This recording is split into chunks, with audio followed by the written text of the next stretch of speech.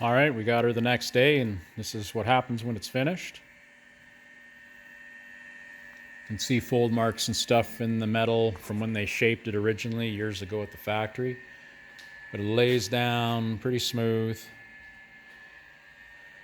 You can see how there's a sheen to it, but there's like pretty much no reflection, as you can see. So it's definitely a satin black. It's not quite a semi-gloss.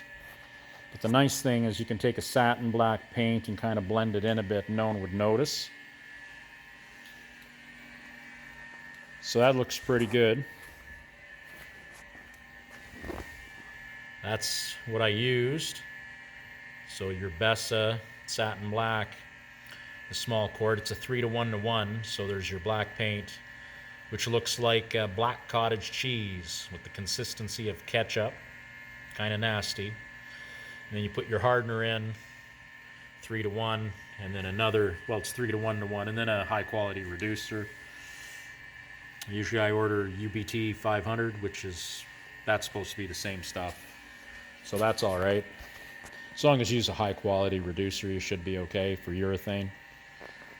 So it's a 2K product. It's good. Now I read the TDS sheet. Now I usually use this to do the decal packages and stuff on Mopars. When you put it over paint, it goes down so nice. Most people usually ask, is that a sticker or is it painted? I can't tell, which is good. Usually it's because it almost looks too perfect to tell, which is kind of what you want. But, this was an old original Firewall, not a super nice one. It's one of the few parts of this car that is original. And down here you can see there was a little bit of work done and stuff, so we kind of went under there and we seam sealed the main stuff. We didn't want any rust to get in there where things were treated and whatnot. But it looks pretty good. And when this is in the car and all together, you're going to have the cowl cover, which runs here. So you're going to see kind of here in the wiper motor, and then you're going to kind of see this edge. And that looks really, really nice and clean. Now if I come up close, you can see a bit of the rust pitting there. About here or there, you can kind of see that. So we put on 3 coats to hide that a little bit. We weren't going to go as far as doing body work. We were asked just to paint it originally, so we've already gone above and beyond. Then I kind of came up over the dash edge here a little bit. Down the road, once the car is finished being built, there's another guy who's going to do a custom paint job and interior on this. So by coming up like this, we went over all the seam sealer and all that. The guy can sand this down into here, and then from here go up with his whatever he's going to do.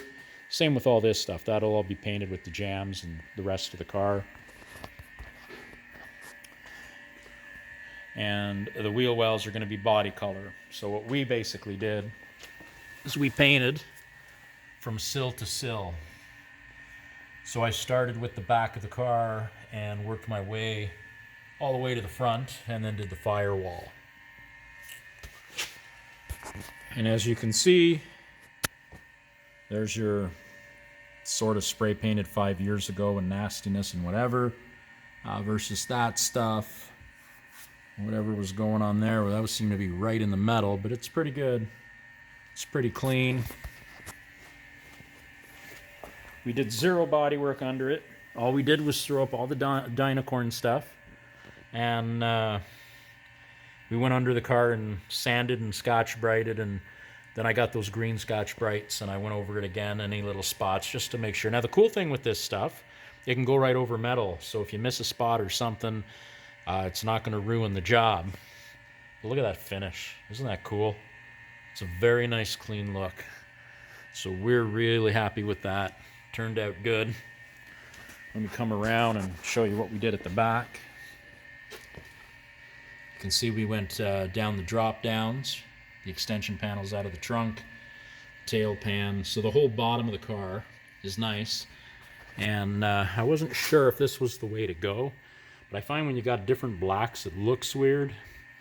So this is the saddle for the Ride Tech 4-link suspension set. Painted it right in the car. So the hardware, everything, we hit it from multiple angles, multiple coats, so that we could get everything painted There was a lot blasted in there, and the reason you have that little bit of a gap, keep in mind when you put the riv nuts in, there's a little sleeve that stays there. So we coated as much as we could, and I'm pretty impressed with it. And then of course you come up under the sill right here.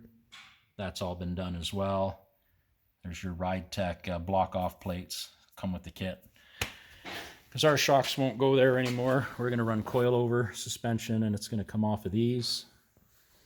So yeah.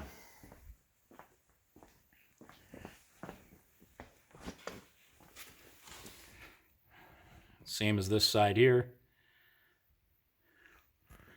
I mean, that thing is going to look lovely on sitting on a hoist. And granted, I know I'm going to get comments, why didn't you do the wheel wells and all that too? And I agree. However, the guy wants that all body color. So we just came down over the edge and we let the overspray come through. And then when he paints, he can tape the backside. And, you know, there'll be kind of a lap there. So, you know, in case you're picky, that's something that people might want to do. Same reason we kind of did that. Come up over the ugliness. The windshield's glued somewhere up here anyway, but you know, we wanted to give it enough that when he paints here, that this goes over top of this and it'll kind of feather out and stay clean. But same with this side, that's got to be done obviously, but we're pretty happy with that. Now what I normally use this paint for is the Mopar decals, and to apply it, in the case of a decal, we put it over top of urethane paint or urethane clear coat. And basically I'll run all my lines, do what I want for the stripe package.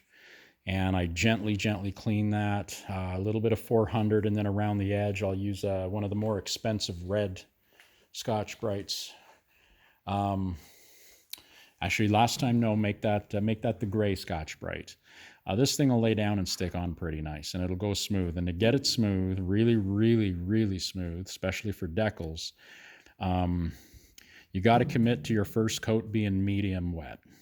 So not like heavy wet, just kind of a medium, but try to get good coverage.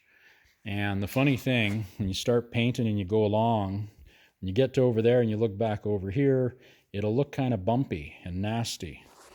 Just keep going. Know that you're doing your medium coat and you'll be fine. When you come back 20 minutes later, it seems to flow out and flatten.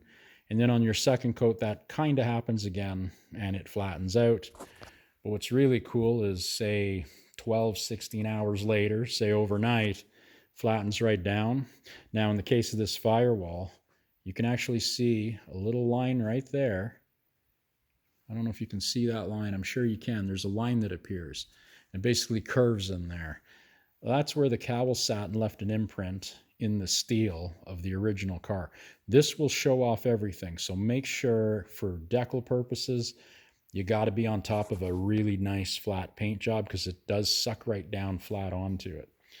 But the way we used it here, instead of a 1.3 tip, which I normally use on decals, I went to a 1.4 cheapy gun that I like for primer. And the reason why, I wanted the bottom fat and protected more so than pretty. And when I got here, I adjusted the gun a little bit. And there's 3 coats, because this was a little bit rougher than the bodywork I'd like to do. Not that it's bad, but it's not as nice as what I normally like to do. But it hides. It might be thick enough to hide a little bit, but it's still flattened out. Still looks good. The things that don't look really good, like up in here and stuff, actually that doesn't look too bad, but down here you can see where there was work done and stuff. So we went ahead and did like a spray on undercoat. And that's in behind the fender anyway. We just wanted to make sure everything was sealed, protected, and whatnot. Same with some of the work down here. You can see that bumpy texture a little bit. Again, spray on undercoating, and then a bit of primer. And we did seam seal where the toe board and the floor connect, or toe pan, whatever you want to call it. So yeah, that's basically it. And you can see where you can see the threads in these bolt holes and stuff. These are just cheapy earplugs. That's all you need. Plug all your holes, right? Because all these holes, I took all the panels off the car and they all turned like butter. So you don't want to be fighting with that. And especially when you get into these guys here, the big ones, they got to be a certain torque. And if you get them full of paint, Well, it might torque out earlier, and you know, if you use the rubber body mounts, they might be a little loose because it might say that it's torqued, but really it's just the resistance of the paint and the thread. So earplugs are cheap. Now, I didn't have any. I couldn't find my box, so I went to a hardware store and bought like 10 2-packs of these, and I got like 1.5 packs or something left. So normally I just buy the 100-pack from Amazon, Temu, Chinese, whatever, who cares. They're not going in my ears, they're just going to plug these holes. Same with something like this here, if you had to plug something small. There should be some little bit. This was a teeny tiny bit that just expanded. That went in there. So, well, there you go. There's one there that I can't get out. So I'll have to go grab a pick to pull that out. Same with that guy. And there's a few others here and there. I don't let them stick out. I usually shove them in flat. They're harder to get out, but just use a pick, because that way, if you let them stick out, sometimes they expand over and then you kind of miss around the hole. So anyway, turns out pretty sweet. Hope you liked the video. Thank you. Cheers.